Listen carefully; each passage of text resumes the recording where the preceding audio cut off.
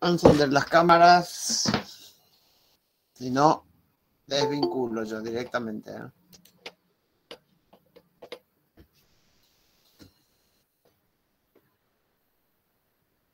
Bueno, a ver, vamos a ir encendiendo cámaras para empezar a conectarnos todos, porque cámara apagada no es conexión.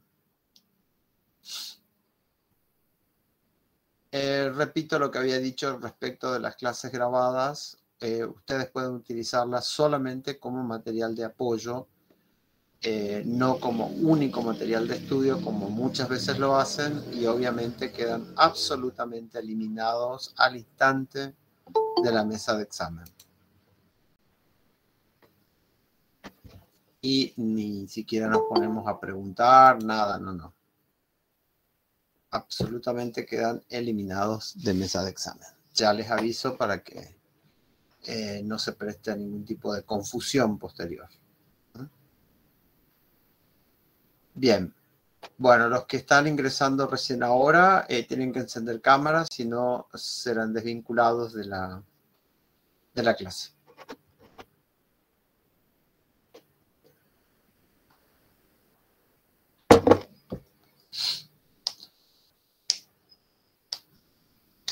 Bueno, la idea es poder trabajar hoy con algunos aspectos muy generales de la pizarra mágica, como para que ustedes vayan teniendo una información previa antes de la clase del día lunes, ¿no? Donde trabajarán. Y para lo cual les había pedido que pudieran leer el texto de la pizarra mágica, que no es muy largo, o por lo menos una parte que puedan haberlo leído, de modo tal que tengan alguna información de entrada como para trabajar. Lo que vamos a hacer es partir de las ideas que ustedes tienen respecto a este texto. Los que hayan leído por primera vez quizás el texto, algunos, les pediría que, como tienen así más sin tanta contaminación o interpretación, digamos, previa, lo bueno que sería que nos comentaran qué es lo que ustedes entendieron, y a partir de lo que ustedes entendieron vamos a ir agregando, corrigiendo, enriqueciendo, etc. Bien, ¿de qué trata el texto? ¿Por qué se llama así? ¿Qué relación tiene ese título y el contenido que trata con la temática que nos ocupa, que es primera tópica del aparato psíquico?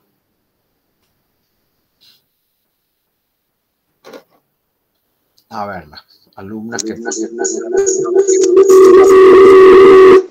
están... Hola, profe. Sí. Buenas tardes, profe. Bueno. Yo lo que entendí sobre la pizarra mágica es que justamente es un ensayo que lo elaboró Freud, y lo que se hace es una comparación entre la estructura del aparato psíquico, justamente comparando con este aparato.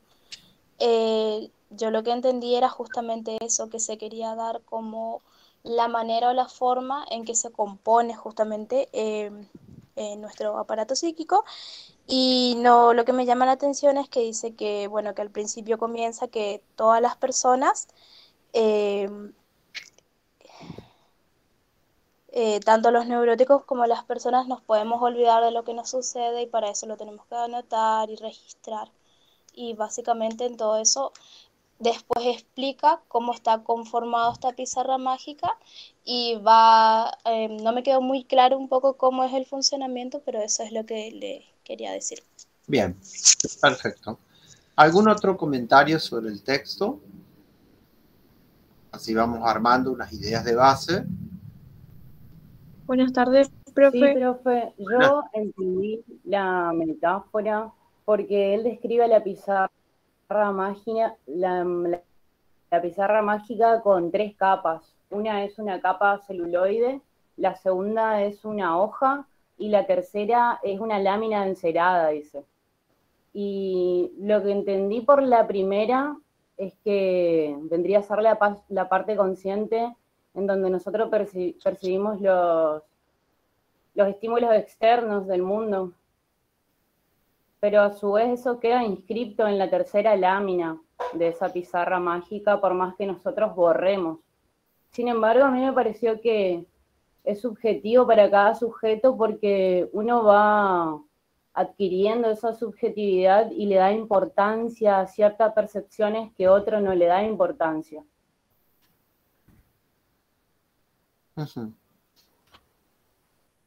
Bien. Buenas tardes. Buenas tardes. Lo que Sí, yo sí. fue que hay una comparación entre nuestro aparato psíquico con la pizarra mágica. Lo que sucede es que nosotros todo lo importante que nos ha afectado, nos ha causado alguna angustia, lo olvidamos.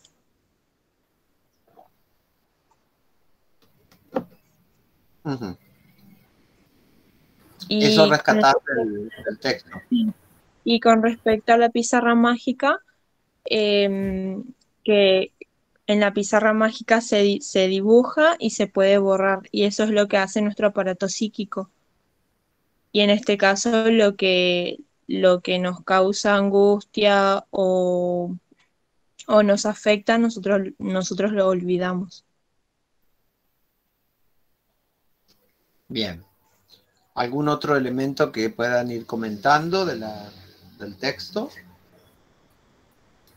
Profe, esa primera capa era como una especie de protección, porque de alguna manera nosotros filtramos ciertos estímulos que justamente a nosotros nos interesan y otros los ignoramos. Por eso yo digo y hago hincapié con la subjetividad, y tiene mucho que ver porque en este texto Freud da a entender cómo se conforma el yo. Ahora, ok, vamos a ir viendo. ¿Algún otro elemento que hayan rescatado? ¿Alguna otra compañera o compañero? Profe, buenas tardes. Sí. Este texto, Freud hace una analogía del funcionamiento del aparato psíquico comparando con la pizarra mágica, ¿no? Para dar cuenta de los mecanismos o de cómo funcionan los mecanismos de atención y memoria. Freud lo que va a hacer es ahondar en lo que es la huella anémica. Y como bien decía mi compañera, va a explicar que se trata de una pizarra donde está compuesto por una tablilla de cera, por una lámina de celuloide, ¿no? Y el papel encerado. Ok. Ahora, ¿por qué se llama mágica? Profe, lo que hace Freud al hacer esa analogía con el aparato psíquico es ubicar... Espera un poquito, justo estaba preguntando, Omar, un segundito. ¿Por qué se llama mágico a este aparato y qué relación guarda esa magia con el aparato psíquico?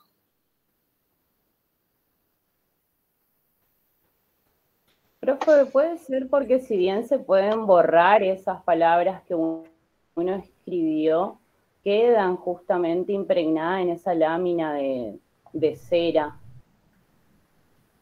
Sí, pero primero tenemos que ir desde el elemento que se utiliza como comparación para después ir al original. El elemento que se utiliza como comparación es un dispositivo, un juego, un juguete que se llama pizarra mágica. ¿Por qué recibe el nombre de mágica? Porque para producir un registro en esta pizarra, y si se quiere leer lo que se ha registrado, basta con separar las dos láminas de la pizarra con una buena iluminación y se va a poder ver con nitidez lo que se había registrado anteriormente. Sin embargo, como está todo superpuesto, ya no se lee bien. Ya no se lee bien porque están todas las letras superpuestas y ya es difícil de descubrir cuál es el texto que se escribió ahí. ¿De dónde viene el nombre de mágica? Profe, además de que no es justamente que el lápiz es el que brinda la inscripción, sino que al hacer contacto, digamos, la pizarra con ese metal, automáticamente al pasar, digamos, se inscribe, es como que se inscribiera por sí sola.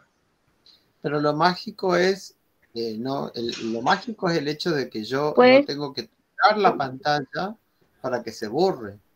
No tengo que tocar la pantalla. Lo único que hago es tocar otro dispositivo y ese dispositivo es el que se encarga de borrar lo que está ahí. Ahora, ¿cómo borra?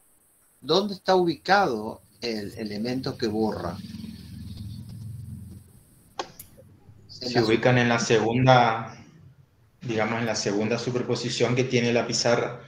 Y eso serían como las huellas némicas. Ustedes están con un pizarrón y se escriben algo y luego tienen un borrador. ¿Sobre qué superficie opera ese borrador? Sobre la superficie externa sería, profe.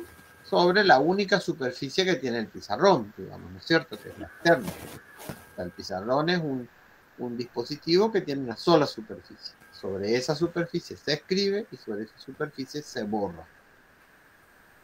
En cambio, en la pizarra mágica no se toca la superficie para borrar y sin embargo se borra. ¿Sí?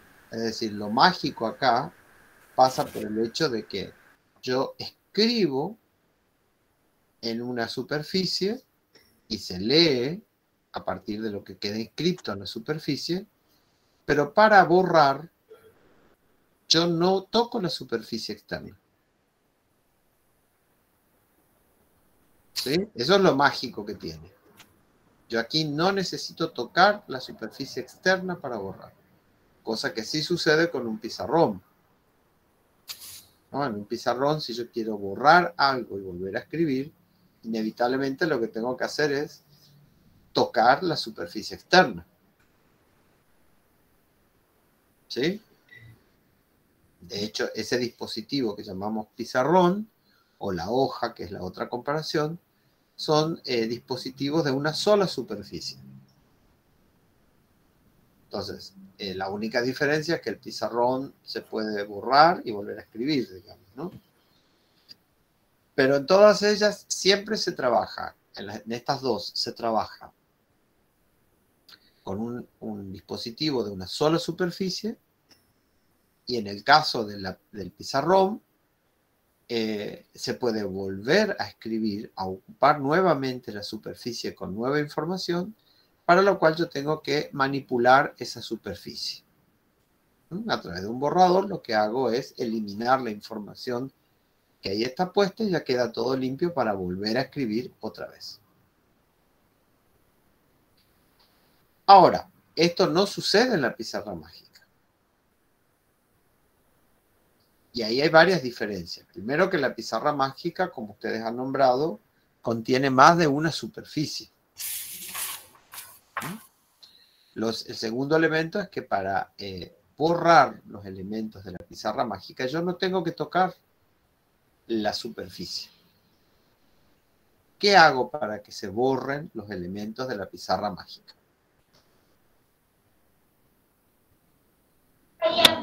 Se separa la lámina de celuloide de la tablita entera. Se separan las láminas. Es decir, no tengo que manipular la superficie, sino que hay un dispositivo que es una perillita que suele estar abajo, y lo que hacen con esa perillita es correr. La perillita es la que va separando las láminas y a medida que va separando va borrando. Entonces, Profe, en este caso, perillitas serían los mecanismos de defensa. ahora vamos a ir viendo en detalles ya, pero vamos a ubicarnos primero en el dispositivo, ¿sí? Entonces, yo no tengo que tocar la superficie para que se borre. Lo único que hago es, mediante ese dispositivo, se separan ambas capas y al separarse ambas capas desaparecen los elementos inscritos en la superficie. De lo cual ya se saca una primera conclusión, que para que un elemento esté en la superficie, tiene que estar en conexión con un elemento interno. Si entre el elemento que está en la superficie y el interno hay una separación, automáticamente se borra. ¿Sí? Hasta ahí vamos coincidiendo.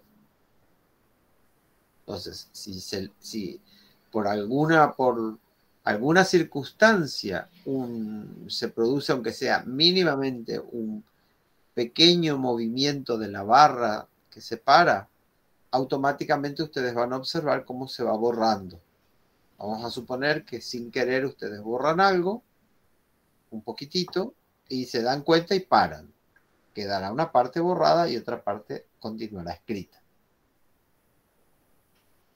Entonces, ahí ya tenemos una primera comparación con el aparato psíquico. Todos aquellos elementos que están accesibles a la conciencia son elementos que no han sido separados por la represión. Comentando con lo que tú preguntabas de los mecanismos de defensa. Es la represión la que desplaza y hace que uno ya no pueda leer lo que está en la superficie. ¿Se entiende, María del Carmen? ¿Te habías preguntado lo del mecanismo de defensa? Sí, profe. Ok, bueno. Sí, profe. Muchas gracias. ¿Qué sucede? Ya nos está indicando un poco el funcionamiento del aparato psíquico. Es decir, si la conciencia quiere utilizar los elementos inscriptos, ¿qué es lo que tiene que hacer? Tiene que tratar por todos los medios de evitar que ese elemento sea reprimido. Porque si es reprimido, obviamente ya desaparece de la posibilidad de mantenerlo del plano con consciente. acceso a la conciencia. ¿Sí? Entonces, ahí ha obrado, en esos casos en que desaparece el elemento de la conciencia, ha obrado el fenómeno de la represión y ha provocado el efecto de que el elemento ya no quede accesible a la conciencia, ya desaparezca del plano preconsciente. ¿Se entiende? Entonces, ¿qué vamos a encontrar ahí? Vamos a encontrar que yo puedo escribir y si no toco nada, obviamente voy a poder leerlo. Ahora, un mínimo desplazamiento de la barra que separa las láminas ya hace que empiece a borrarse. Y que obviamente si yo llego a borrar todo, obviamente, digamos, me voy a quedar sin ninguna información. Entonces, ahí vamos a ubicarnos, vamos a hacer un poquitito un contexto de lo que estamos hablando como para entender. Nosotros estamos hablando de primera tópica del aparato psíquico conformada por los sistemas consciente, preconsciente e inconsciente. Además, estamos hablando de la represión como el mecanismo que separa el preconsciente consciente del inconsciente. Hablamos en la clase del día lunes de los 3 tiempos de la represión. Dijimos que teníamos el primer tiempo, que era la expulsión, el segundo tiempo, el mantenimiento, y el tercer tiempo, el retorno. Digo esto porque me adelanto un poquitito, porque esto es importante. El retorno de lo reprimido no se puede hacer con esa pizarra mágica. ¿Sí? Ese retorno de lo reprimido lo hacemos en el aparato psíquico, pero en la pizarra mágica no la podemos hacer. Entonces,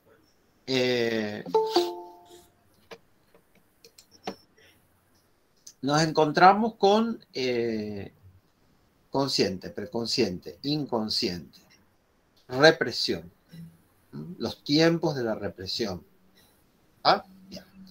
Además, otra cosa que es importante que recuerden, que hablamos también en la clase del día lunes, es que el primer movimiento ha sido que el estímulo, ya sea externo o interno, haya acumulado tal cantidad de tensión para que ingrese dentro del aparato psíquico. Esto yo trabajé el lunes en la clase, en la comisión A que me tocó el lunes. Así que por ahí, si no lo entienden los otros, me preguntan y vamos a ir trabajando. El aparato psíquico recibe estímulos de dos lados, del mundo externo y del organismo. Pero no todos los estímulos ingresan al aparato psíquico. Hay una condición para el ingreso, que es que acumule una cantidad de excitación muy grande como para que eso traspase la frontera, el límite, ¿sí? Es decir, pegue el saltito e ingrese. Esa es la primera condición. Ejemplos de esto, todos los días nosotros tenemos una multitud de estímulos externos o internos y no todos ingresan al aparato psíquico. No nos acordamos prácticamente de nada. ¿Cuáles son los aspectos que los recordamos? Son aquellos que tienen un alto impacto emocional, como por ejemplo una experiencia muy fuerte, o una necesidad fisiológica muy fuerte que aparezca. Entonces, esos hacen que ingresen dentro del aparato psíquico, que sería lo primero. Ahí no termina la historia. ¿Por qué? Porque nada garantiza que esos elementos que ingresan al aparato psíquico permanezcan al nivel del preconsciente consciente. Quizás queden ahí o quizás sean expulsados al inconsciente. ¿Se entiende? Lo que acá vamos a trabajar son estas dos cosas, centradas en la segunda que dijimos, pero también en lo primero.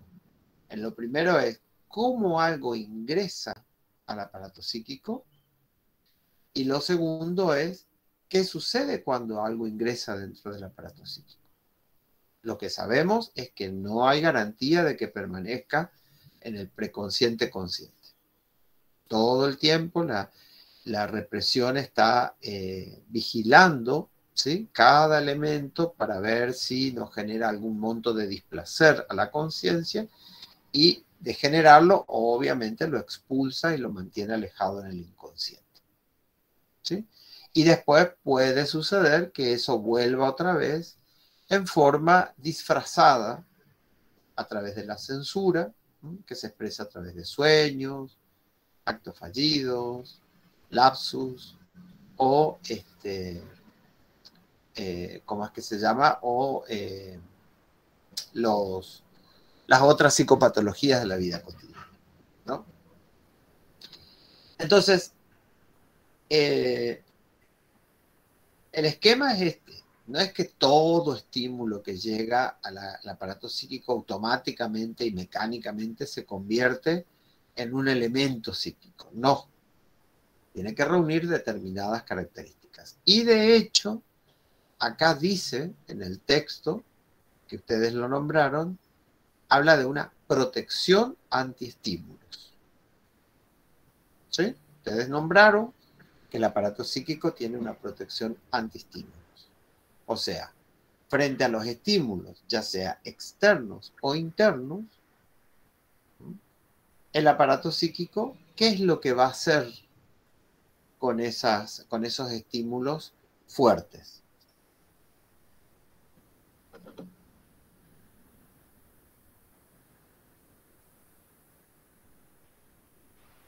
Nos va a reprimir, profe, los que sean... No, porque estamos hablando de antes de que ingrese al aparato psíquico.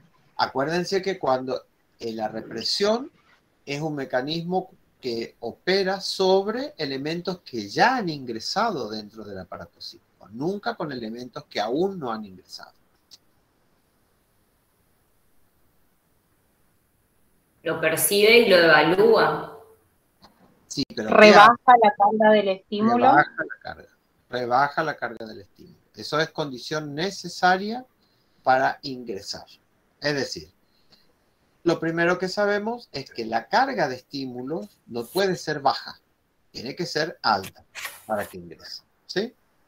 Pero además de ser alta, tiene que ser rebajada. Porque si ingresa así con toda su fuerza, impacta en el aparato psíquico y puede dañar. ¿Estamos hasta ahí? Profe, una consulta. Sí. Al menos yo entendí que lo que nosotros soñamos es siempre algo que fue reprimido, pero puede ser que uno sueñe algo de su vida, de su día cotidiana y que sea utilizado en el sueño como para ingresar algún recuerdo reprimido. Y siempre es así. No entiendo Ok. cuál es la diferencia que vos estás queriendo establecer. No, porque yo entendí como que todos los recuerdos reprimidos los soñamos de forma disfrazada. Pero yo el otro día soñé algo de mi día y entonces yo dije, eso no va a tener una carga tan fuerte como para ser reprimido. Fue justamente una clase de la facultad, entonces no, se me hacía como que no podía ser algo reprimido porque se me hace a mí no va a tener una carga tan fuerte como para llegar a ser reprimido, pero sí apareció y entonces yo decía, no entendía esa parte. No sé si me expliqué. A ver, claro, pero lo que uno evalúa a nivel de la conciencia como un elemento, digamos, que genera un displacer o no, no es, por ejemplo, no es un reflejo fiel. Puede ser que esté sucediendo que la evaluación que uno hace no coincida con lo que realmente está produciendo. Es como cuando una persona dice, desde afuera le dice a otro, ¿sí? ¿Y cómo está fulano? Bien, bien.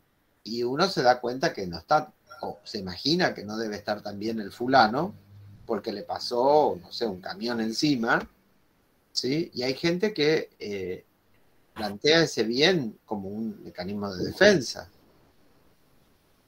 Es decir, la evaluación que uno hace no siempre coincide con el verdadero impacto que está produciendo a nivel del aparato psíquico. No es 100% confiable, o la información que una persona dice de sí misma no hay que tomarla al pie de la letra, porque puede suceder que esa información esté un poco distorsionada. ¿Sí? ¿Se entiende lo que estamos diciendo? Es decir, las personas dicen muchas cosas respecto de sí mismos, algunas son más fieles a lo que está sucediendo y hay veces otras que no. Eso uno se da cuenta, reitero, cuando uno observa desde afuera una situación y la analiza en su complejidad, en la magnitud de factores, en el impacto que uno observa que causa, y a lo mejor la otra persona dice, para no sentirse mal, o directamente ni lo registra, que eso le está impactando. No todos son tan honestos consigo mismos.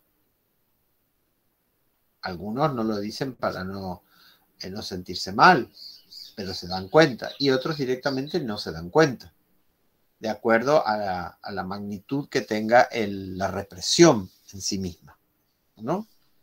Es decir, puede ser que la persona se dé cuenta, pero diga que no le está afectando, que eso sería el ejemplo de la represión que aparece coloreada, como decíamos, ¿sí?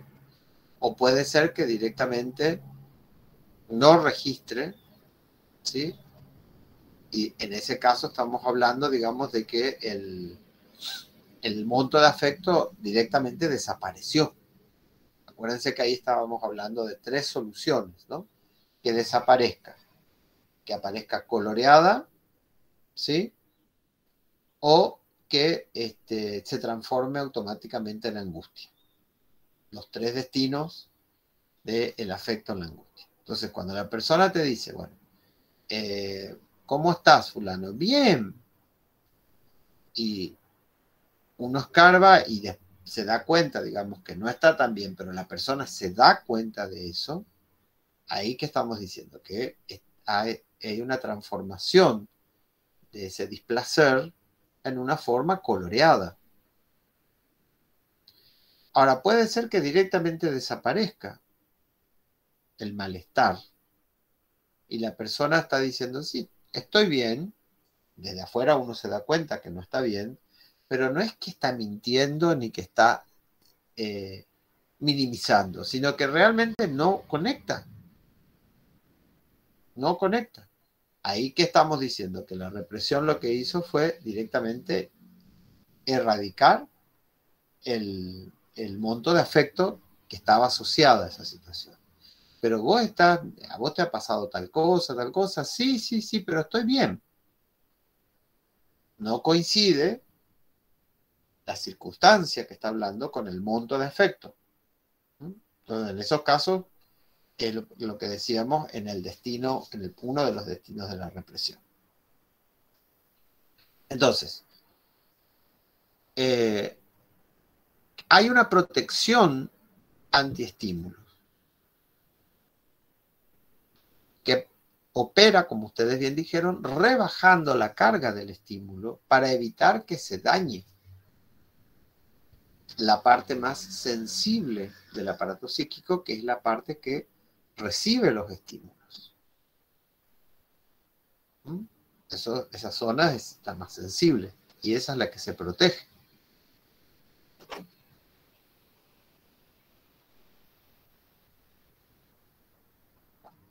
Entonces,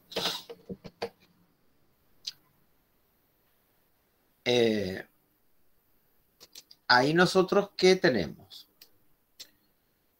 Una idea así, general, ahora vamos a entrar a ver más en detalles, ¿no? Ahora, el texto empieza a plantear la comparación con la pizarra común, digamos, o pizarrón, y la hoja de papel, ¿no es cierto? Y dice que tiene, bueno, gran capacidad de albergar información, en el caso del pizarrón, y se encuentra limitada en el caso de la hoja de papel, pero a su vez la hoja de papel tiene como un elemento positivo el hecho de que permanece aquello que se inscribe en él. En cambio, en ella, en la hoja de papel, en cambio, en el pizarrón, digamos, no permanece legible, desaparece. ¿Y por qué es importante que permanezca legible? ¿Y por qué es importante que haya una capacidad ilimitada para las inscripciones? Eso es lo primero que nos vamos a interrogar. ¿Por qué? Porque él dice, el pizarrón tiene, como, no lo dice así, pero es como si dijera, el pizarrón tiene, vamos a interpretarlo, ¿no? El pizarrón tiene un elemento positivo que es la capacidad ilimitada de contener información. Pero tiene un elemento negativo que es no queda registro de aquello que se escribió. La hoja de papel tiene un elemento positivo que es queda registro de aquello que se escribió, pero tiene un elemento negativo que es la capacidad limitada. Entonces, de ahí nos preguntamos, ¿por qué para este hombre es tan importante estos dos elementos? Que por un lado tenga capacidad ilimitada de albergar información y por otro lado que sea duradera. Y porque nosotros tenemos justamente esa capacidad ilimitada de albergar información en el ¿Pero por qué eso es importante? Y para poder traer o utilizar esa representación que se pretende recuperar cuando se quiera. De ahí la importancia que... No, pero eso se refiere no a lo ilimitado, eso se refiere a lo duradero. ¿Por qué es importante tener una capacidad ilimitada de inscripción? Y porque todo el tiempo percibimos estímulos, profe. Porque todo el tiempo cambian las cosas. Por eso, todo el tiempo va cambiando. Hay estímulos que son distintos, como cambia la vida cotidianamente. Entonces, yo tengo que tener una capacidad, porque si no me voy a quedar en el tiempo. Claro. Entonces, yo tengo que tener una capacidad ilimitada para albergar estímulos distintos. ¿Por qué? Porque todo el tiempo van cambiando y me encuentro con situaciones nuevas. Si no, todo el tiempo tendría que aprender 1, 2, 3, 4, 5, 6, 7, 8, 9, 10, 1, 2, 3, 4, 5, 6, 7, 8, 9, 10, y no. De ahí pasamos al 11, después pasamos al 20, al 27, al 30, 31, 37, 39, 40, 45, y seguimos. Y después le agregamos los números negativos, ¿sí? Y le agregamos una cantidad infinita, por dar un ejemplo. Pero en cualquier área donde nosotros nos ubiquemos, siempre nos pasa lo mismo. Tenemos necesidad de poder albergar una cantidad infinita de estímulos. ¿Por qué? Y porque nos encontramos todo el tiempo con nuevas situaciones. Entonces, si nuestro aparato psíquico tuviera una capacidad limitada de albergar estímulos, colapsaríamos y moriríamos directamente. ¿Qué le sucede a las especies animales? Pobrecito que los tenemos que proteger. Tienen una capacidad limitada. Tienen una capacidad limitada. Se encuentran con un montón de situaciones nuevas, provocadas muchas por nosotros mismos, y no entienden. No entienden. Acuérdense lo que pasó hace poco con esa terrible quemazón en Corrientes y los animales. No entendían qué era lo que pasaba. Y morían. Morían pobres, digamos, se aturdían y se metían justamente en el lugar donde no se tenían que meter, que era el lugar donde había más fuego, donde había más humo. Ahí se metían. Entonces, fíjense si esto no será importante. Porque eso con qué se asocia que es central para el trabajo de la psicopedagogía. ¿La capacidad de qué?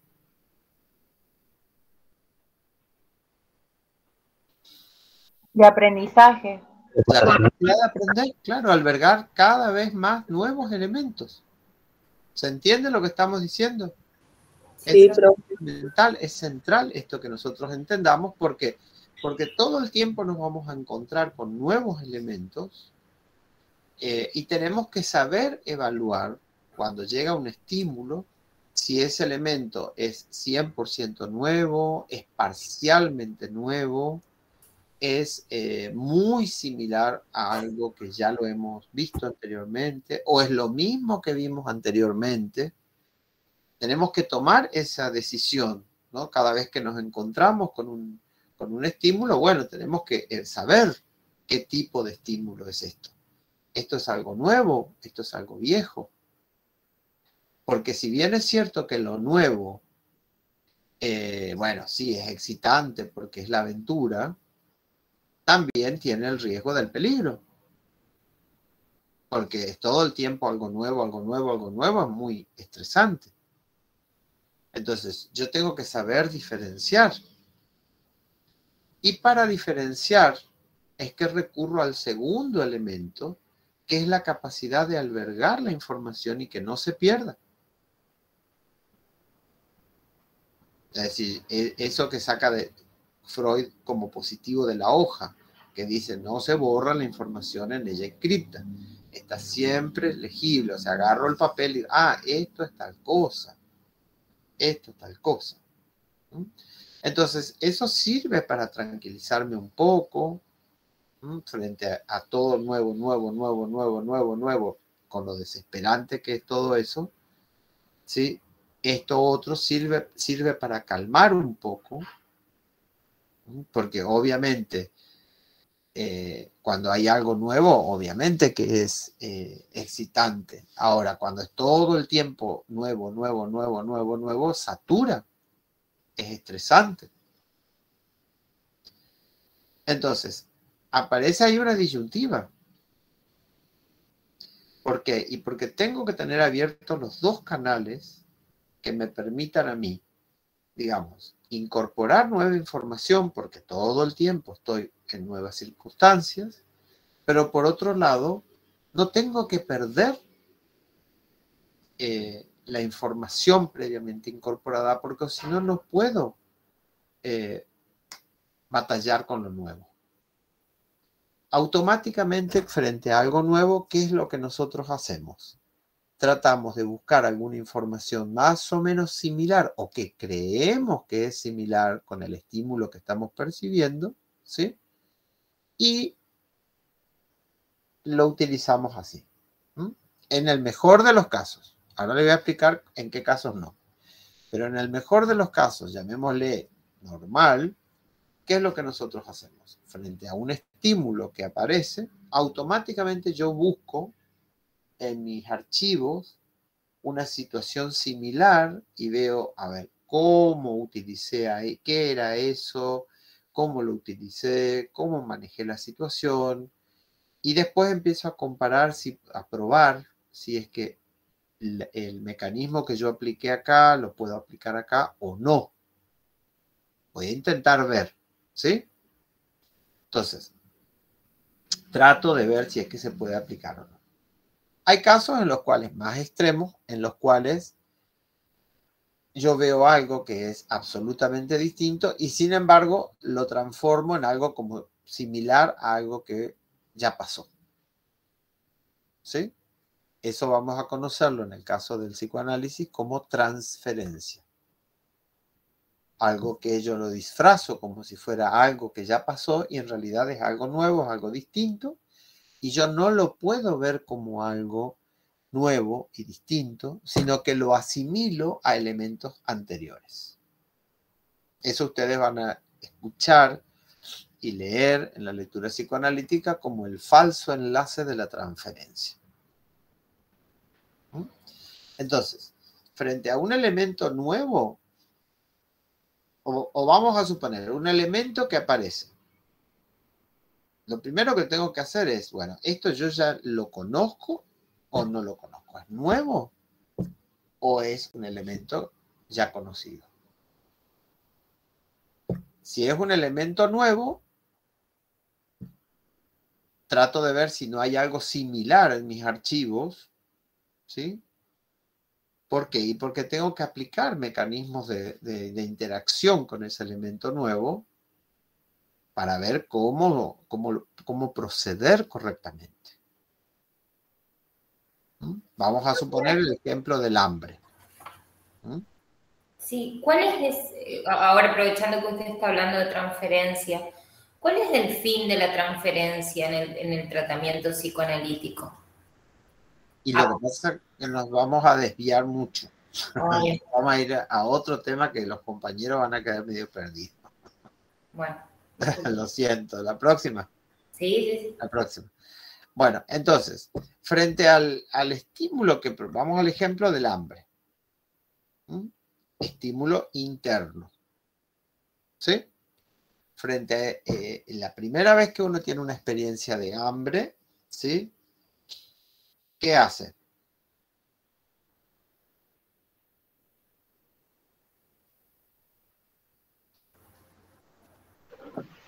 Come cuando tiene hambre, pues. De pequeño. La primera vez que uno tiene hambre no puede comer. Llorar. Llorar. Lloramos. El llanto genera una respuesta del adulto que acerca la teta o el alimento, etcétera, ¿no es cierto? Bueno, entonces, la segunda vez que tiene hambre, ¿qué va a pasar? Vuelve a llorar, pero Cada vez más rápido, ¿sí? Porque ya sabe que tiene que utilizar ese mecanismo, ¿sí? Es decir, bueno, tac, y después se vuelve más, aún más hábil, digamos, ¿no es cierto? Entonces, cada vez se vuelve más hábil, no solamente llorar, sino a veces, ya, y si pesca que la mamá es así un poquito ansiosa, Ya ni hace falta gritar mucho, ¿no es cierto? Así con un pic, así que larga, ya la mamá viene corriendo y el chiquito sabe. Bien, perfecto. Pero resulta que después, un día de esos, la mamá le dice, no. Vos ya tenés que hablar, tenés que pedir, con llanto no. Eso es de bebé y vos ya no sos más bebé.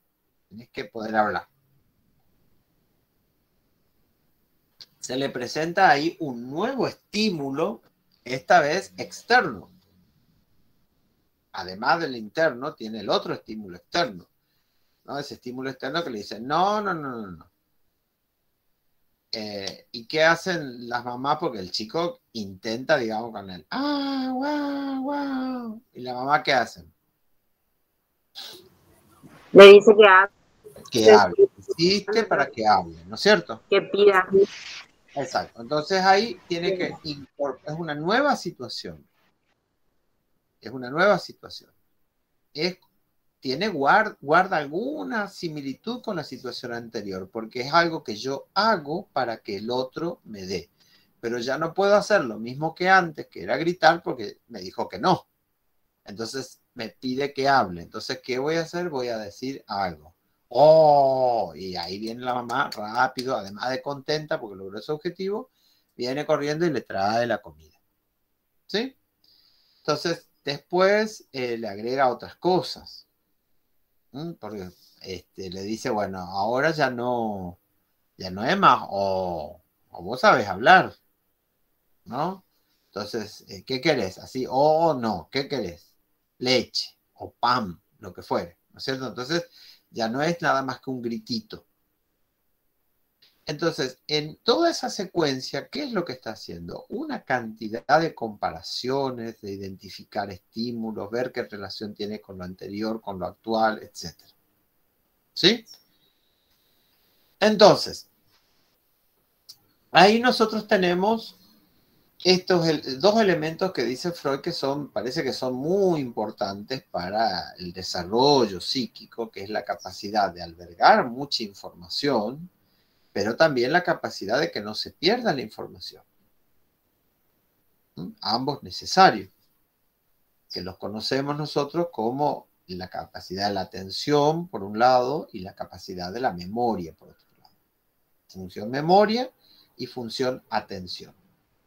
¿Sí? Bien. Entonces, con esos dos elementos él comienza planteando. Y luego, bueno, señala las limitaciones que tienen uno y otro.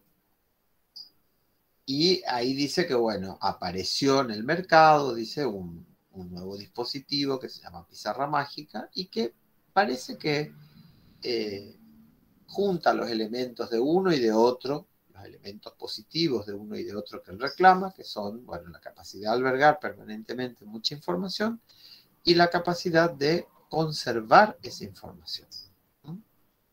Entonces, continuamente puede cargarse información y al mismo tiempo no se pierde, según lo que él dice, ¿no es cierto? Y que eso se acercaría aparentemente al aparato psíquico. Él está contento porque, bueno, encuentra algún dispositivo que se acerca a las características que tiene el aparato psíquico. Y entonces ahí empieza a analizar la pizarra mágica. Y después de analizar la pizarra mágica, hace una comparación con el aparato psíquico. Entonces, primero vamos a hacer el análisis de la pizarra mágica. No le estoy diciendo la comparación con el aparato psíquico, estoy diciendo el análisis de la pizarra mágica. Bueno, ¿qué tenemos ahí?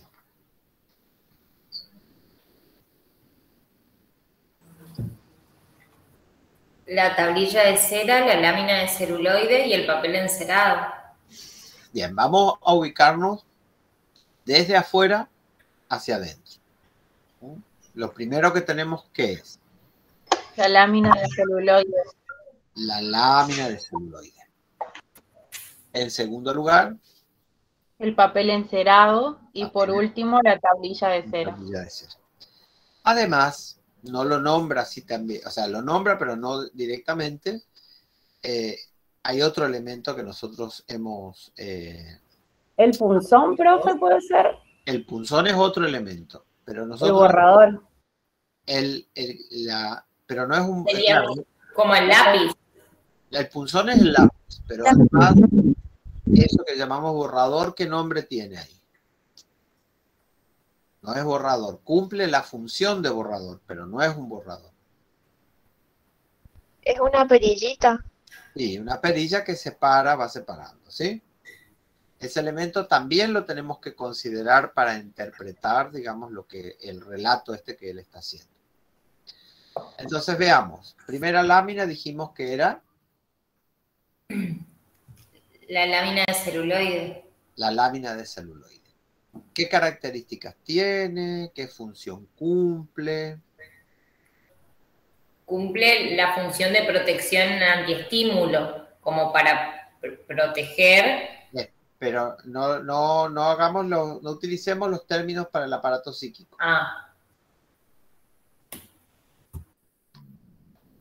¿Qué función cumple la lámina de celuloide? De proteger a la tablilla, al papel encerado para que no se dañe por el punzón. O sea, tiene primero una doble función. Primero es esta que dicen ustedes, proteger a la segunda, pero además es la superficie sobre la cual se apoya el punzón. ¿Sí? Es decir, ahí se apoya el punzón, sobre esa superficie. ¿Sí? Y cumple con la tarea de proteger a la otra. ¿Sí? ¿Y dónde se escribe? ¿En la primera o en la segunda? En las dos, profe. Las dos actúan en conjunto. Sí, pero ¿dónde Se queda escribe en escrito? la tablilla de cera. ¿Cómo? Lo que se escribe en la tablilla de cera, pero en el papel encerado se puede leer. A ver, volvamos de vuelta. Lámina 1 dijimos que era... La lámina de celuloide. Lámina de celuloide. Lámina 2... El papel encerado. Papel encerado. Lámina 3... La tablilla de cera. Tablilla de cera. Bien. ¿Dónde se escribe? No donde se apoya el punzón. El punzón sabemos que se apoya en la primera. Pero ¿dónde se escribe? ¿En la tablilla de cera, profe? En la número 3. En la número 3 sería, porque en la 2 se visualizan, pero en la 3 es en la que quedan inscritos. Ok, entonces, hay la cara de Lilian Adorno. Está por entrar en pánico en cualquier momento. No, profe, para nada. Es suerte. Era tu cara nada más, sí, pero no. Bueno, entonces, a ver, vamos a ubicarnos. La primera lámina cumple solamente la función de ser el lugar donde se apoya ese punzón. ¿Sí? Ese punzón que está haciendo así en el tiqui, tiqui, tiqui, tiqui, tiqui, tiqui, tiqui, y va a transmitir hacia el interior esos estímulos, ¿sí? Tiqui, tiqui, tiqui, tiqui, tiqui, tiqui, tiqui, tiqui. El golpeteo ese tiqui, tiqui, tiqui, tiqui, va hacia adentro. ¿Sí? Y como ustedes bien han planteado, pasa del primero al segundo, del segundo al tercero, y ahí se escribe. Ahora, ahí no se lee. Se lee en el segundo.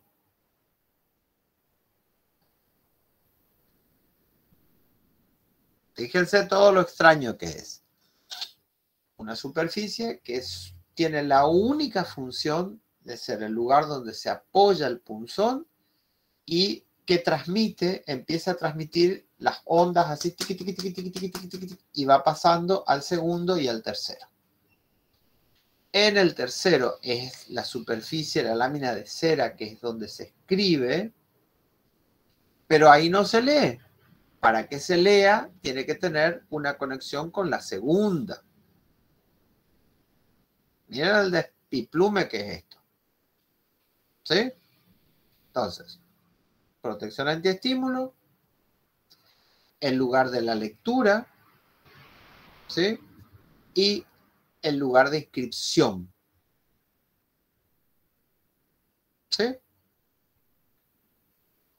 Entonces, yo agarro el punzón y escribo sobre la pizarra mágica. Y yo digo, bueno, estoy leyendo. Pero eso es una ilusión. Porque yo no estoy leyendo en el mismo lugar donde estoy escribiendo. Ni tampoco estoy leyendo en el mismo lugar donde estoy apoyando el punzón. Son todos juegos de espejismos. En un lugar lo único que hago es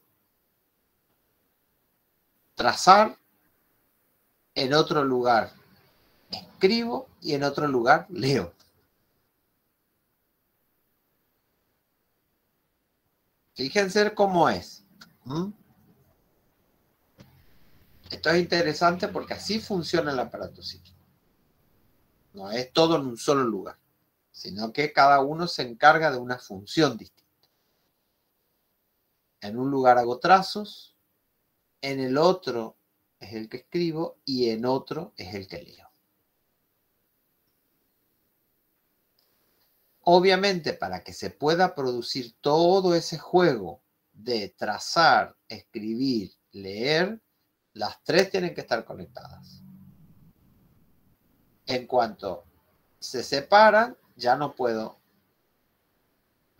digamos, escribir más, ya no leer más. Esa pizarra tiene un límite también, porque en algún momento se va a llenar el espacio de la escritura.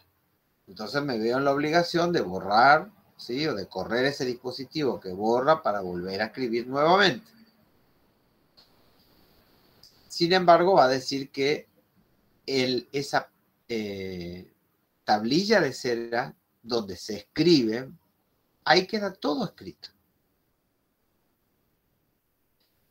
Ahora, ¿qué pasa si uno separa esa lámina y empieza a mirar la tablilla de cera?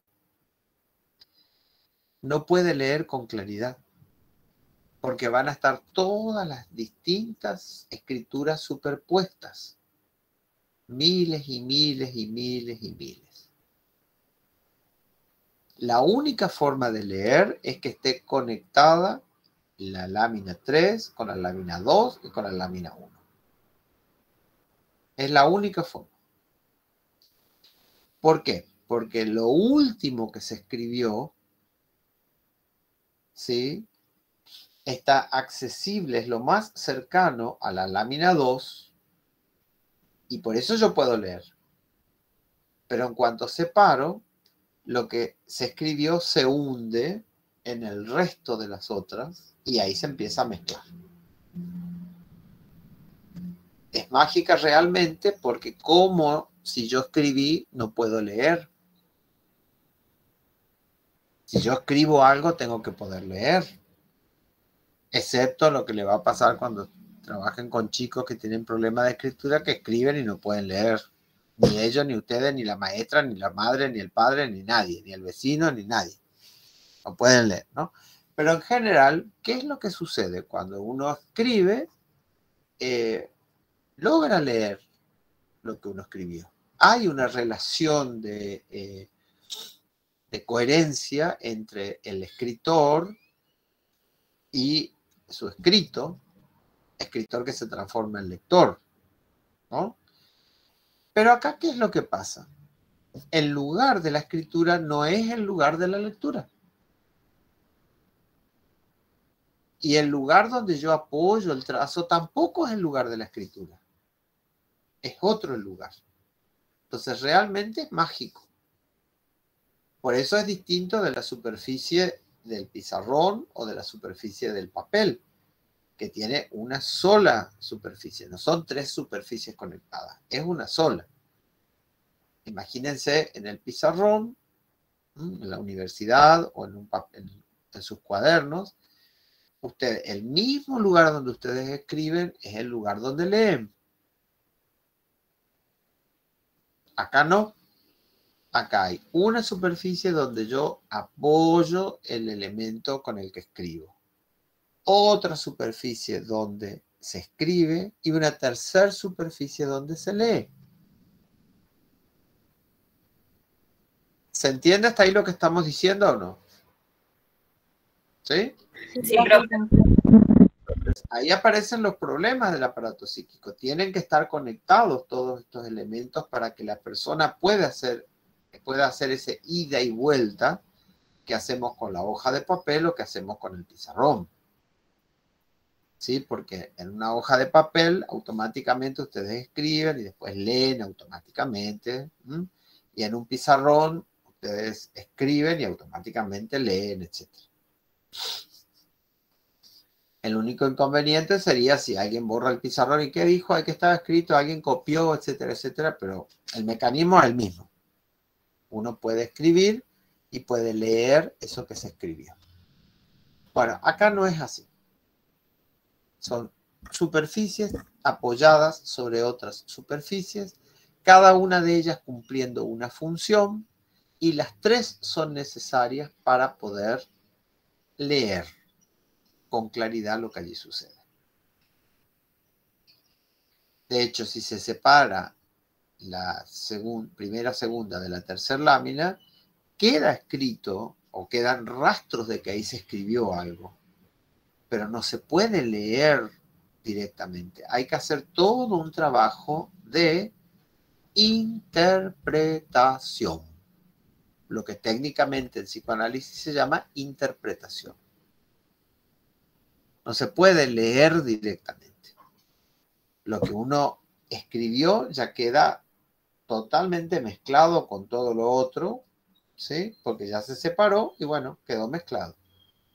Entonces, la única forma de poder leer ese elemento es mediante un trabajo de interpretación, que no es un trabajo de lectura directa, sino que es un trabajo de lectura indirecta. Ahí parece que hay una forma que asemeja a la E, y parece que eso es más o menos, está unido a esta otra parte porque el color es más o menos el mismo, etc. ¿Sí? Pero ya no hay lectura directa. No puede haber, una vez que eso cae bajo la represión, ya no se vuelve a leer directamente. Ya hay que hacer un ejercicio de reconstrucción interpretativa. ¿Se entiende hasta ahí? Sí, profe. Bueno. Entonces, ahí es la de la pizarra mágica. Ahora, Freud también hace una comparación a partir de ahí con el aparato psíquico. ¿No es cierto? Entonces, tenemos la primera lámina. Eso, acuérdense cuando ustedes estudian o cuando ustedes explican, ya sea en clase o en un examen final, acuérdense de identificar bien a qué le llaman primera lámina, segunda lámina, tercera lámina. Siempre se utiliza el modelo mirándolo desde afuera. Primera lámina es la que está en la superficie y de ahí hacia adentro. ¿Sí? Lo mismo que cuando pensamos el aparato psíquico, bueno, decimos lo primero con lo que nos encontramos con la conciencia. Detrás de ella el preconsciente, detrás de ella el inconsciente. Entonces, ojo cuando presentan, no se les mezcle. Bueno, entonces, ahora tomamos la comparación, el primer elemento. ¿Cuál es? ¿En qué consiste? ¿Qué dice de ese primer elemento?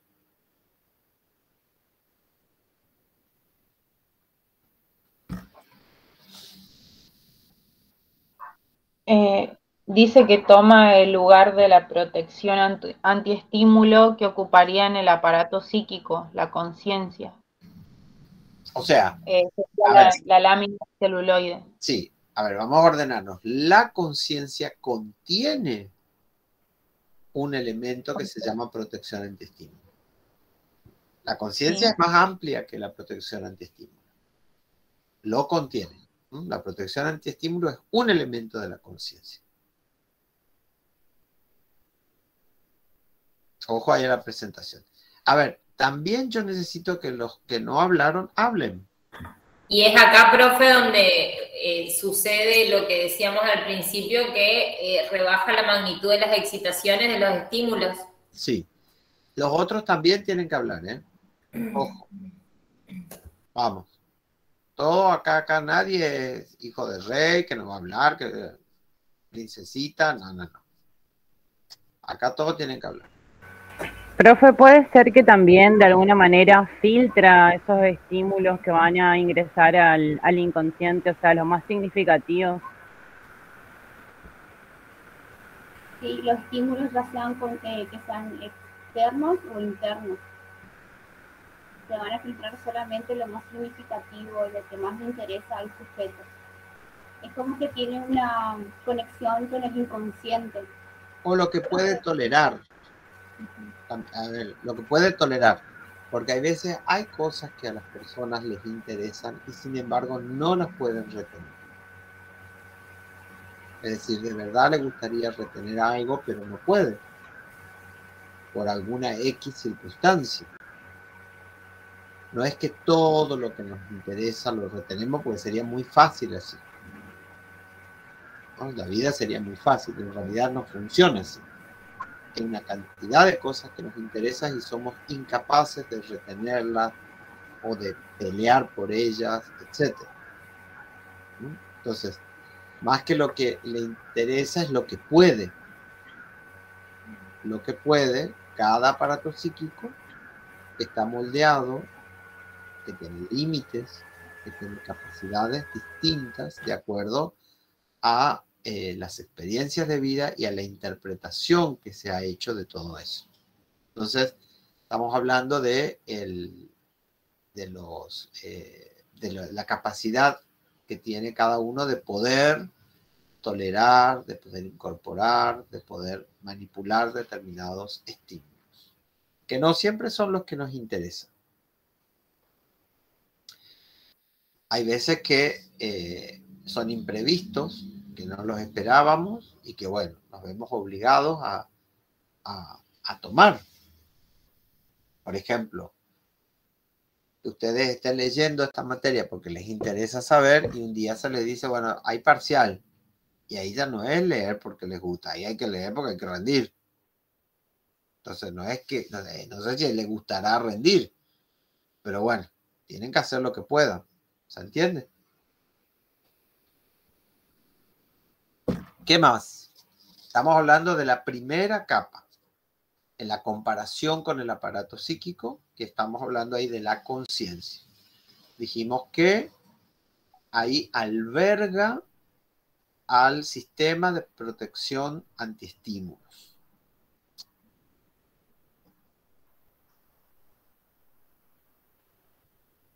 ¿Qué otro elemento que caracteriza a la conciencia?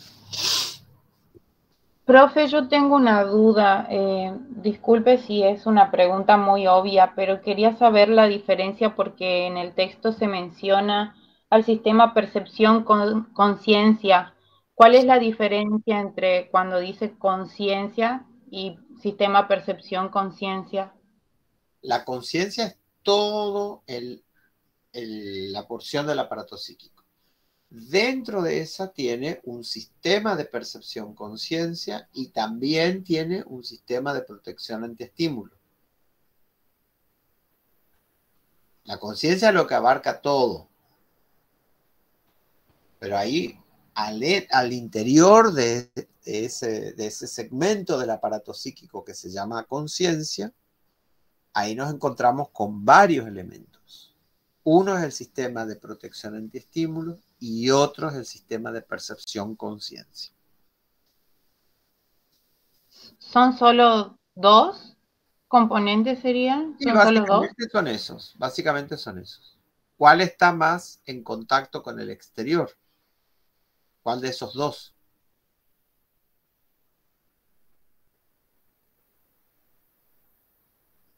sería el de protección Percepción, antiestímulo. conciencia. La Protección. percepción, No, Percepción, conciencia. no, porque la percepción conciencia es lo que hay que proteger. ¿Sí? La percepción conciencia es la parte más sensitiva. Por lo tanto, esa es la que se daña más fácilmente. Entonces, ese sistema de percepción conciencia se lo protege con un sistema de protección antiestímulos. Entonces, lo primero con lo que nos encontramos es el sistema de protección antiestímulos. Detrás de eso está el sistema de percepción conciencia. Y juntos forman la conciencia. ¿Se entiende lo que estamos diciendo? Sí, profe, gracias. Bien.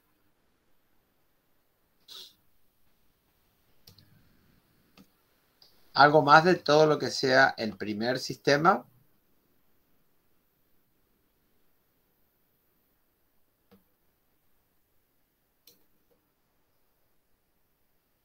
Victoria Velázquez, ¿tienes encendida cámara?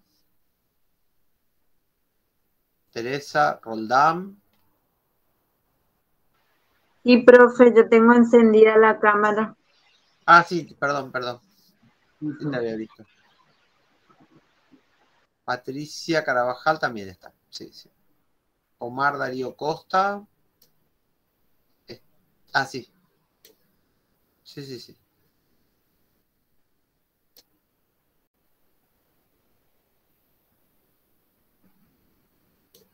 Maribel Pineda también está. ¿Qué más de la conciencia? María Belén Gentile, ¿tienes encendida tu cámara? Sí, profe. Ah, sí, perdón. Luis Domínguez. Profe, estoy ocupando una computadora ajena. Ah, bien. Es Mereles, por linda. Sí. Pero figura otro nombre, por eso. Sí. Lilian Adorno. sí estoy, profe. Ah, sí, cierto. Yo estoy leyendo los nombres así como figuran y puede ser, por ahí me confundo, no entiendo. Julieta Osorio.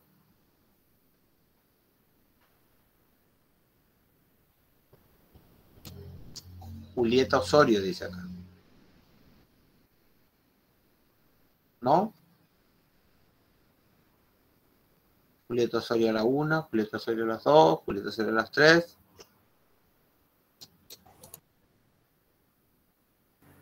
Profe, ¿Qué? una consulta mientras aparece Julieta Osorio. Sí. Entonces, usted lo que decía recién es que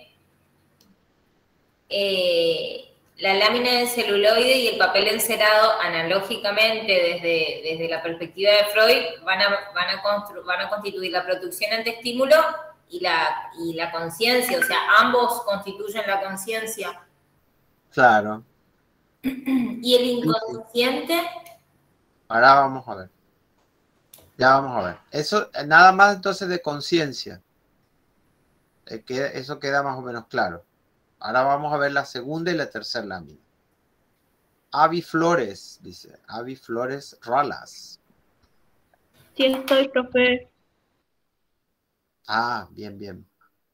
Perfecto. Andrea Vera.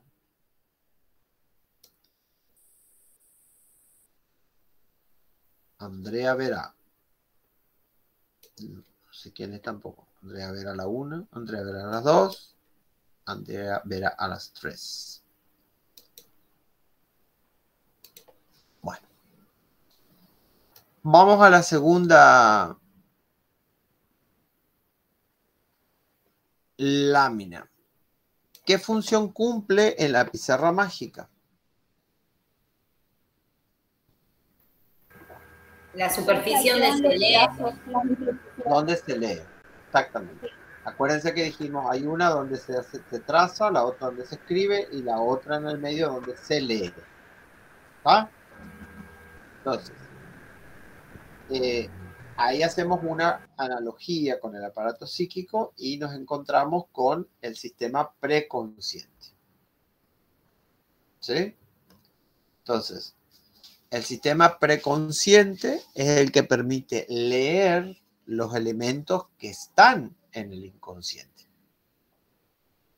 Obviamente no todos, porque hay muchos elementos que han sido reprimidos y que no están en el preconsciente. Ahora, sin embargo, ustedes, como habíamos hablado, cuando sucede el tercer tiempo de la represión y hay un retorno de lo reprimido, lo que retorna, para retornar, tiene que inscribirse en el preconsciente. O sea que va a tener un doble sistema de inscripción, en el inconsciente y en el preconsciente. Todo lo que está en el preconsciente está inscrito también en el inconsciente. Pero no todo lo que está inscrito en el inconsciente está inscrito en el preconsciente. ¿Entendemos eso? Sí, profe. Es decir, un elemento que está en el inconsciente, obviamente, para poder ser accesible a la conciencia, pasando por la censura, tiene que hacer una segunda inscripción a nivel del preconsciente. De lo cual se deduce que todos los elementos que están en el preconsciente también estuvieron en el inconsciente. Hicieron una primera inscripción allá y luego hacen una segunda inscripción acá. De una manera disfrazada. Por eso que se habla ahí de la censura. Pero no todos los elementos que están en el inconsciente van a estar, por estar en el inconsciente, no es que van a estar automáticamente en el preconsciente. Pueden estar inscritos en el inconsciente y no así en el preconsciente.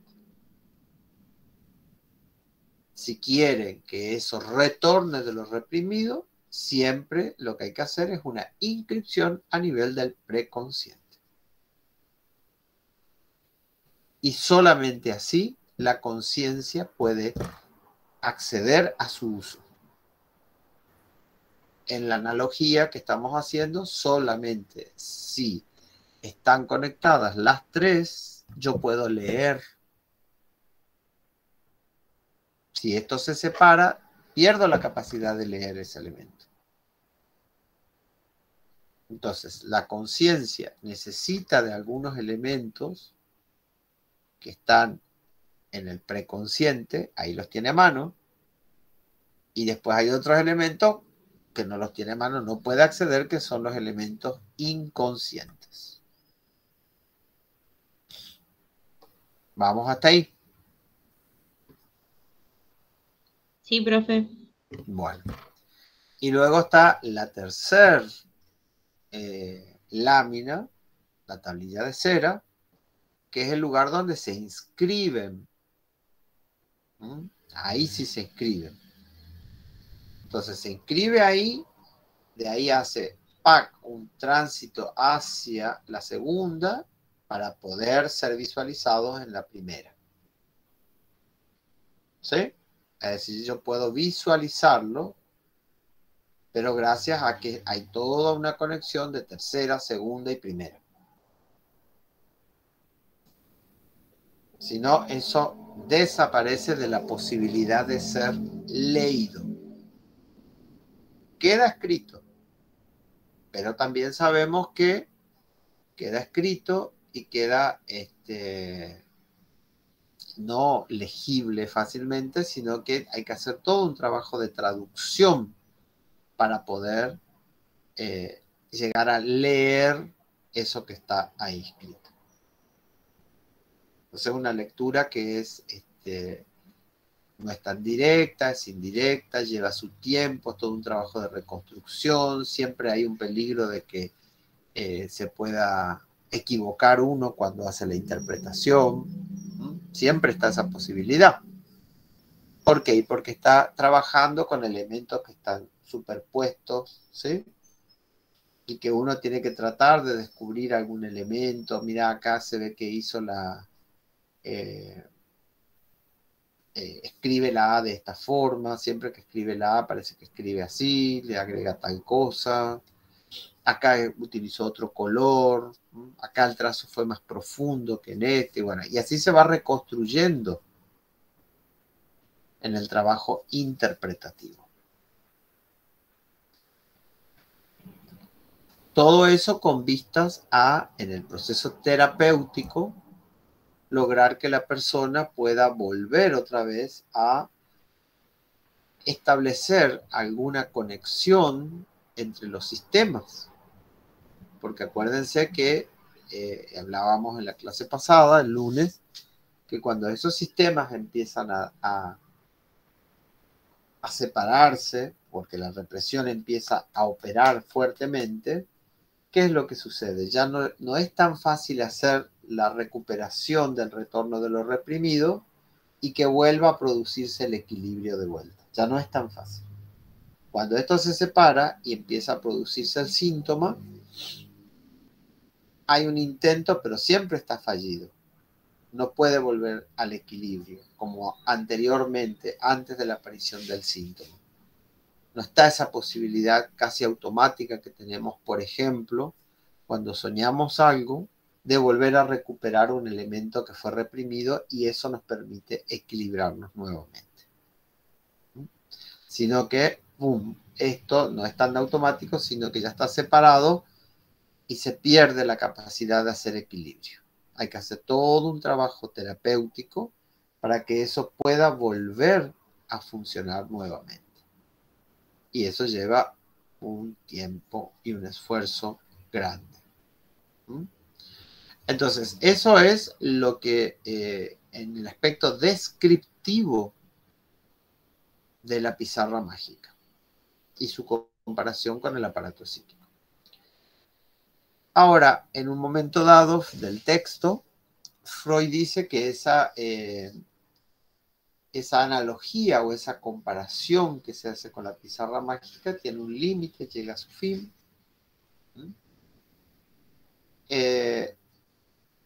Y ahí tenemos que ver por qué dice eso. ¿Qué relación guarda todo eso que está diciendo con el aparato psíquico?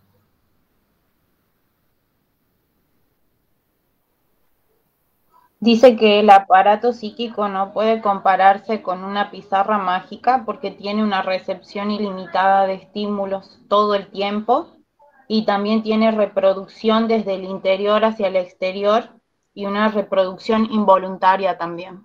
Ajá, ese segundo elemento que nombraste es lo principal. Ahora hay que explicarlo. ¿Qué quiere decir eso?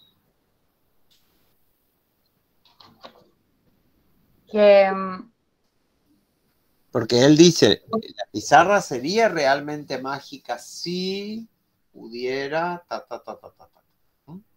Claro, si pudiera reproducirse desde el interior hacia el exterior, sí, lo que se inscribe. ¿Qué quiere decir eso? Que la pizarra mágica no tiene esa característica, mientras que el aparato psíquico sí lo tiene. No, ya sabemos qué quiere decir eso, pero ¿qué quiere decir eso? Porque ahí sería redundancia, estamos hablando más de lo mismo, pero interpretemos qué quiere decir con eso. ¿Qué sucede con esa pizarra mágica que tiene una limitación? Es porque nuestro aparato psíquico se vale, digamos, por sí solo, y la pizarra mágica lo dice Freud que no. A ver, pero y entonces, si realmente sí sería una pizarra mágica. ¿Qué pasa en la pizarra mágica para volver a reproducir algo? En realidad yo no puedo, profe, porque la imagen, o sea, la lámina de cera que está abajo y donde quedó escrito, yo la etapa, la segunda lámina, y yo si lo quisiera reproducir, en realidad no puedo porque no veo exactamente dónde está el trazo. ¿Puede ser eso? Pero, ¿y si yo puedo volver a reproducir en la pizarra mágica?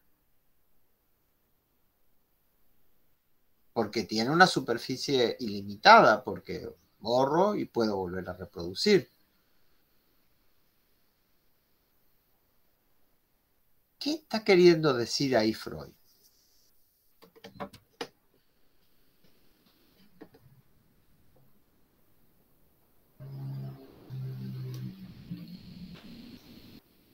¿La pizarra sería realmente mágica? Sí.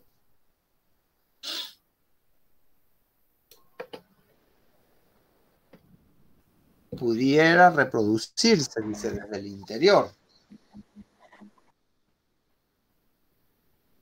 O sea, yo borro algo y ¿puedo volver a escribir en la pizarra mágica? Sí, profe. Todo el tiempo que quiera. Yo puedo escribir. Pero ¿cuál es el problema? Reproducir lo que ya está inscrito. No, que no utilizo lo que está inscrito. O sea, yo desde afuera le agrego nuevo. Puedo escribir 54 veces la misma oración, supongamos, ¿no? Vamos a suponer que escribo una oración. Claro, es como que no hay es como que no hay un botón de reproducir, pero al borrar puedo volver a escribir lo mismo. Sí, no tiene voluntad. Es decir, desde afuera se puede escribir todas las veces que uno quiere, ¿no? Es decir, pongo una oración, los barcos llegaron al puerto de Formosa. Borro, escribo de vuelta. Los barcos llegaron al puerto de Formosa. Punto. Borro de vuelta. Escribo en cursiva. Punto. Borro. Escribo en imprenta. Punto. Borro. Escribo en letras góticas. Punto. Borro. Lo puedo hacer infinitas veces. Sí. Pero el problema es que es un elemento externo el que tiene que escribir. No tiene capacidad de autoproducción de la escritura. Es un elemento que es pasivo en ese sentido. No tiene elementos de producir por sí mismo, en forma autónoma. No tiene esa capacidad. Claro, la pizarra mágica no puede reproducir desde adentro el escrito una vez borrado, dice. Claro. Sería realmente una pizarra mágica si a la manera de nuestra memoria pudiera consumar eso. Claro. Porque, ¿qué es lo que ahí sucede? Desde afuera, alguien puede escribir infinitas veces el mismo mensaje. Lo borro y lo puedo volver a escribir. Desde afuera. Por lo tanto, ya está diciendo que es pasiva, un elemento pasivo. Hay un operador que escribe. Y ahí aparece lo fascinante y lo, si se quiere también, a veces lo angustiante, lo terrorífico, que puede ser el aparato psíquico, que reproduce ni siquiera a voluntad del sujeto. Reproduce porque tiene su propia necesidad y su propia lógica. ¿Qué sucede en el sueño? No es que yo quiero soñar tal cosa. ¿Qué sucede cuando yo tengo un lapsus? No es que yo intencionalmente lo hice y metí la pata. No, yo no lo hice intencionalmente y me da vergüenza, me meten problemas. ¿Qué sucede cuando cometo algún acto fallido? Tampoco yo lo hice intencionalmente. Y muchas veces me meten algún problema de la gran 7. Entonces, es mágico el aparato psíquico porque produce su propia escritura. No necesita de un elemento externo que escriba en él, sino que produce su propia escritura. Acuérdense que decíamos que cuando los elementos que son reprimidos se encuentran con otros elementos, se mezclan y crean nuevos elementos que ya no tienen que ver con eso que se introdujo desde afuera ni con eso que vino desde adentro, sino surge una mezcla nueva de elementos. ¿Se acuerdan que habíamos dicho eso? En la clase anterior, me acuerdo que en la clase del lunes dijimos eso. Entonces se mezcla todo eso y produce una nueva escritura. Por eso es realmente mágico, porque produce una nueva escritura donde el primer sorprendido es la persona que contiene todo eso. Ay, no sé por qué dije eso. ¿Se entiende? Uy, no sé por qué hice eso. Por favor, qué vergüenza lo que dije, lo que hice, qué sé yo. El primer sorprendido es uno mismo y el que se siente mal es uno mismo y uno no querría sentirse así. O, ay, soñé una cosa tan fea, mira, desde la mañana que estoy con eso que me da vuelta en la cabeza, lo que soñé. Profe, lo que usted dijo hace un ratito me hizo acordar que Freud justamente usa una metáfora de que nosotros no somos dueños de nuestra propia casa justamente porque no tenemos acceso en realidad al inconsciente. Y eso también genera una herida narcisista en el sujeto. Sí. A ver.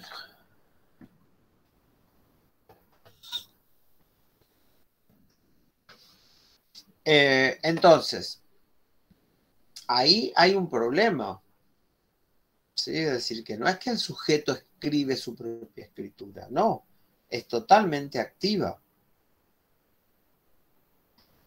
Entonces, la fuente de activación no es externa, sino que es interna. Pensemos las relaciones de causa y efecto. En el caso de la escritura, nosotros tenemos una fuente externa, que es la persona que escribe, y una superficie que recibe la escritura, que es la escritura es el efecto de esa acción que tiene el sujeto.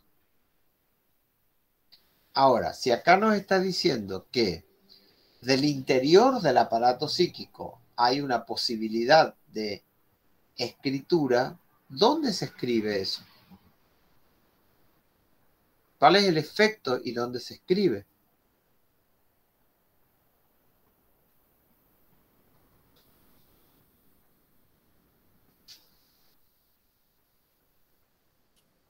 ¿En el inconsciente, profe? No, ahí es el lugar donde se escribe, pero ¿hacia dónde va? Hacia el preconsciente, hasta el sistema preconsciente. Y hacia el cuerpo. Acuérdense que nosotros decíamos hoy, y también lo habíamos dicho el lunes, que hay dos fuentes de estímulo, una que provienen del mundo externo y otra que provienen del organismo. Entonces, yo escribo y va hacia afuera. Sus efectos van hacia afuera. ¿Y dónde es que dice eso en el texto? ¿En qué parte dice eso?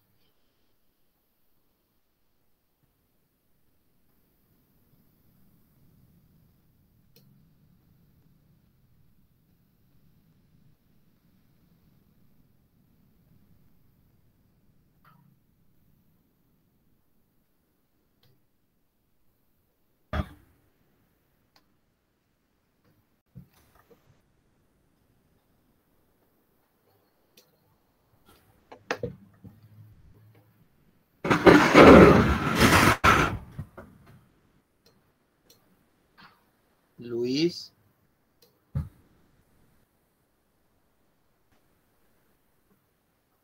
Mirele, profesor. No, tenías tu micrófono abierto. Ah.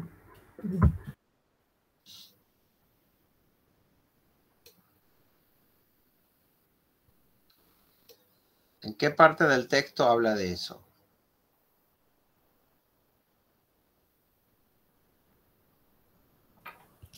Puede ser que casi al final, profe, donde dice, es supuesto que inervaciones de investidura son enviadas y vueltas a recoger en golpes periódicos rápidos desde el interior hasta el sistema preconsciente, que es completamente permeable.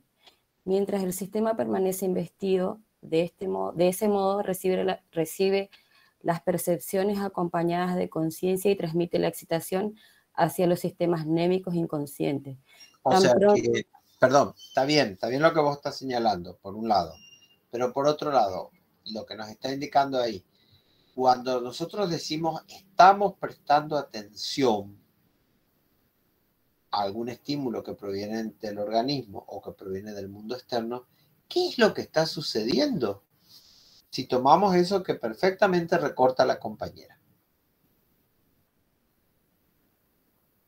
Porque acá hay una interpretación de cómo se produce la atención que es totalmente distinta de la que nosotros en general tenemos comúnmente, ¿no es cierto? Nosotros en general que decimos, presten atención acá, ¿sí? O sea, utilizo algún tipo de estímulo sonoro, visual, etcétera, para que ustedes dirijan supuestamente su atención hacia lo que yo quiero mostrarles, ¿sí?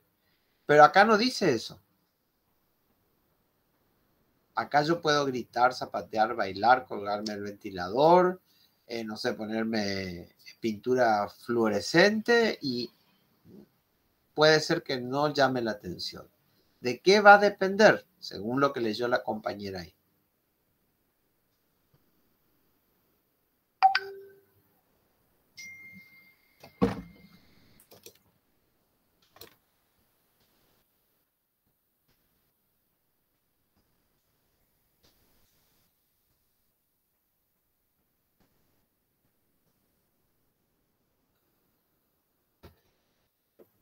Alguien que no haya hablado hasta ahora, que lea esa parte que leyó la compañera de vuelta. Leo, profe, yo. Bueno. He supuesto que inervaciones de investidura son enviadas y vueltas a recoger en golpes periódicos rápidos desde el interior hasta el sistema preconsciente, que es completamente permeable, mientras el sistema permanece investido. De ese modo, recibe las percepciones acompañadas de conciencia y transmite la excitación hacia los sistemas némicos inconscientes. O sea, acuérdense, perdón que te interrumpa. Acuérdense que nosotros dijimos, se apoya el punzón sobre la primera lámina y ahí no se escribe, sino que ahí se tac, tac, tac, tac, tac, tac, se transmite con los golpecitos hasta el tercer sistema. Bien. ¿Y acá qué nos está diciendo?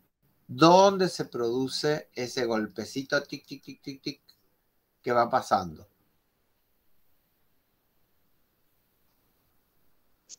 En el interior, dice profe. En el interior. Hacia el sistema preconsciente. Hacia afuera, desde el interior hacia afuera. Sí. ¿Sí? Es decir, al revés de la pizarra, porque por eso decimos la pizarra es pasiva. Es un elemento pasivo.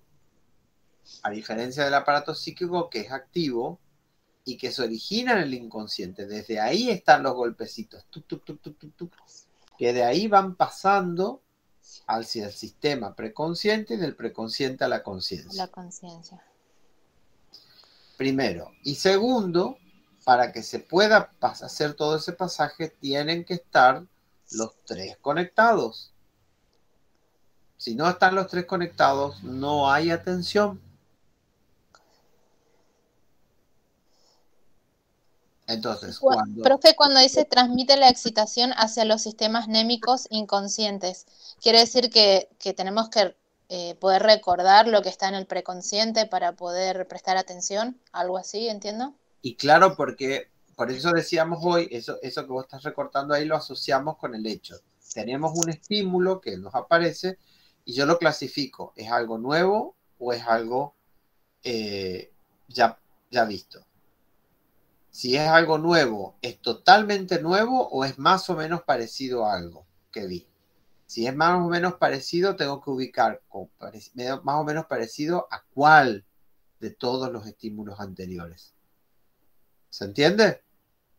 Es decir, si es nuevo, totalmente nuevo, lo construyo una nueva categoría. Pero si tiene algo parecido, busco en mi memoria, en mis archivos, voy buscando algo similar y veo cómo lo llamaba eso, cómo actué con eso, qué sensación me produjo y veo si más o menos puedo utilizar lo mismo o no.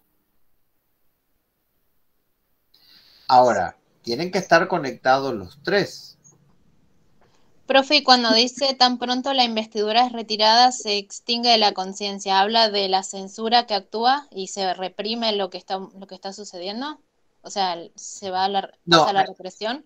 no, ahí lo que está diciendo es, en cuanto se le quita la energía, ahí llegó alguien tarde. Cuando se le quita la energía, ¿sí? Esa percepción desaparece, porque no tiene la carga energética. Acuérdense que viene desde adentro hacia afuera. ¿Sí? Viene desde adentro hacia afuera. Desde el inconsciente va al preconsciente, del preconsciente a la conciencia, de la conciencia hacia el mundo externo o hacia el organismo. Me duele la panza. ¿Pero en qué parte te duele? ¿Toda la panza? ¿Cómo? Y ahí empiezo a hablar, ¿sí? ¿Y qué crees que es? ¿Y por qué? ¿Y desde cuándo estás así? Etcétera, etcétera. ¿Mm? Entonces, ¿qué es lo que está diciendo? Ojo, nos está planteando ahí que va desde el inconsciente, tienen que estar conectados, ¿sí? O sea, esa maquinita esa que separa la lámina 2 de la lámina 3 tiene que estar quieta, no se tiene que mover. ¿Para qué? Para que se estén conectadas las tres superficies, para que la energía vaya pasando de una a la otra y para que el sujeto conecte con algún elemento del mundo externo, ¿sí? Esos pseudópodos, como si fueran manos que van saliendo así y atrapando, ¿sí? Entonces, que eso sería la escritura, ¿no? Yo voy escribiendo cuando hago esto, ¿no? Cuando voy tomando elementos del mundo externo que captan mi atención. Voy escribiendo algo. Ahora, la intención de lo que se quiere escribir está adentro. ¿Sí? Está en el inconsciente que quiere escribir algo. Y eso algo que quiere escribir, lo que hace es utilizar elementos del mundo externo o del organismo. Hiciste tal cosa, parece que querés tal cosa. Ah, él hace eso porque quiere llamar la atención. ¿Sí? Te olvidaste de tal cosa, parece, como decíamos vez pasada, te olvidaste de la llave de tu casa, parece que no querés entrar a tu casa, ¿eh? Te vestiste de no sé qué, parece que querés que pase tal cosa.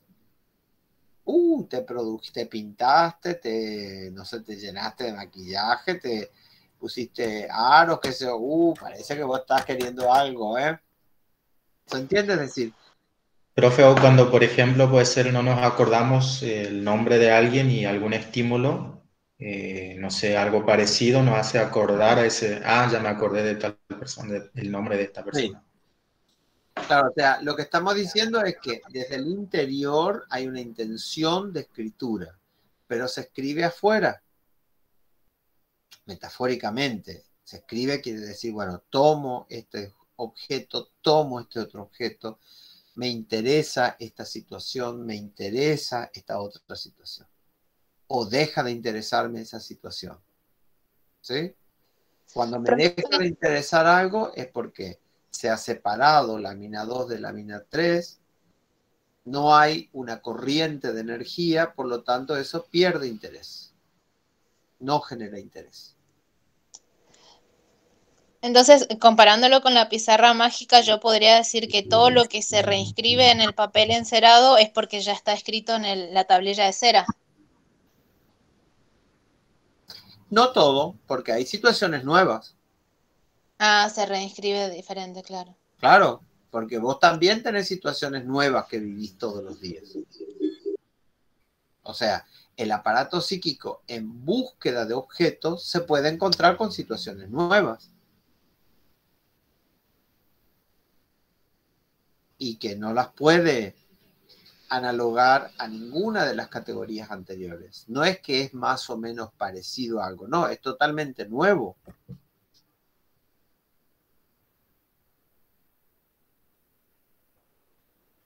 puede ser que el nombre más o menos sea parecido, pero después el interior de ese objeto es totalmente nuevo. Entonces, eso es importante que ustedes lo detecten. Vuelvan a releer el texto y vayan trabajando con estos elementos. Cuando está diciendo que es desde adentro lo que se escribe, no es desde afuera. Por eso es que él hace todo ese juego, no utiliza esas palabras, pero es como si dijéramos, bueno, ojo, que la pizarra es un elemento pasivo. Hay alguien que escribe, un escribiente, que desde afuera y con ejercicio de voluntad escribe algo. Y ahí él dice, ojo, que en este caso, en el aparato psíquico, tenemos un escribiente interior y que escribe cosas que a veces no queremos leer.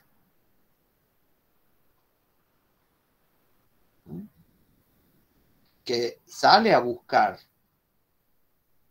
Ahora, cuando sale a buscar, cuando le llama la atención algo, es porque los tres sistemas están en conexión. Y la corriente de energía fluye sin problema desde el interior hacia el exterior. Porque acuérdense que el núcleo de la corriente energética es interno, no es externo. Es interno. ¿Está? Sí, profe. Bueno, entonces, yo lo que les voy a pedir es que ustedes con ese esquema que estuvimos trabajando, lean de vuelta el texto, ¿sí? Y cualquier cosa consultan de vuelta. El lunes si nos vemos en clase, o si no después podemos consultar de vuelta. ¿Ah? Okay, pero traten de detectar estos detalles que nosotros estuvimos trabajando, ¿sí? Para tener más seguridad de poder explicar algo. ¿Se entendió? A ver, más o menos, bueno, hay gente que ya nos conocemos de otras cursadas que más o menos entienden y más o menos han leído, pero los compañeros nuevos van entendiendo, no van entendiendo cómo es la cuestión. A ver. Yo voy entendiendo algo a medida que usted va explicando, profe, porque la verdad es que el texto es un poco complejo. Cuando yo lo leo así nomás, por ahí me cuesta entenderlo. Y por ahí un poco voy enganchando cuando usted va explicando, como que le voy entendiendo un poquito más. Claro. Yo Bueno, lo mismo ahora, que la compañera, profe. sí. Me cuesta un poco interpretar los textos, pero con las clases estas logro comprender. Bueno, Sí, ahora traten de conectar esto que estamos haciendo ahora con una nueva lectura, a ver si logran avanzar en la comprensión. Perdón, y te interrumpí, sí. no, nada, eso quería decir, que por ahí me cuesta los textos interpretar. Bien. ¿Y las otras personas? Y yo también, profe, yo llevo una mejor comprensión cuando usted explica. O sea, después de leer es como que explica y ahí entiendo un poco más. Si no, me es medio imposible. Claro, seguro. Pero por eso, pero igual no dejen de leer antes de las clases, ¿sí? Porque algo les sirve como orientación. Sí. Hayan hecho una interpretación que después la tienen que modificar, pero se apoya eso que nosotros trabajamos ahora en lo que ustedes han leído anteriormente. ¿Qué ibas a decir, Lilian, que te interrumpí? No, que estoy en la misma condición que mis compañeras. Obviamente uno cuando lee el texto no se entiende mucho, pero sí cuando estamos en clase por ahí se interpreta un poco mejor. Bueno, entonces léanlo. El lunes pueden consultar más cosas, que vamos a volver a trabajar otra vez la misma temática. Y si no, después en el próximo encuentro. ¿Está? Por acá, por este canal. Sí, profe. Bueno, Listo, profe, gracias. Hasta luego, profe. Gracias, profe. Hasta luego. Hasta luego, profe. Hasta la próxima.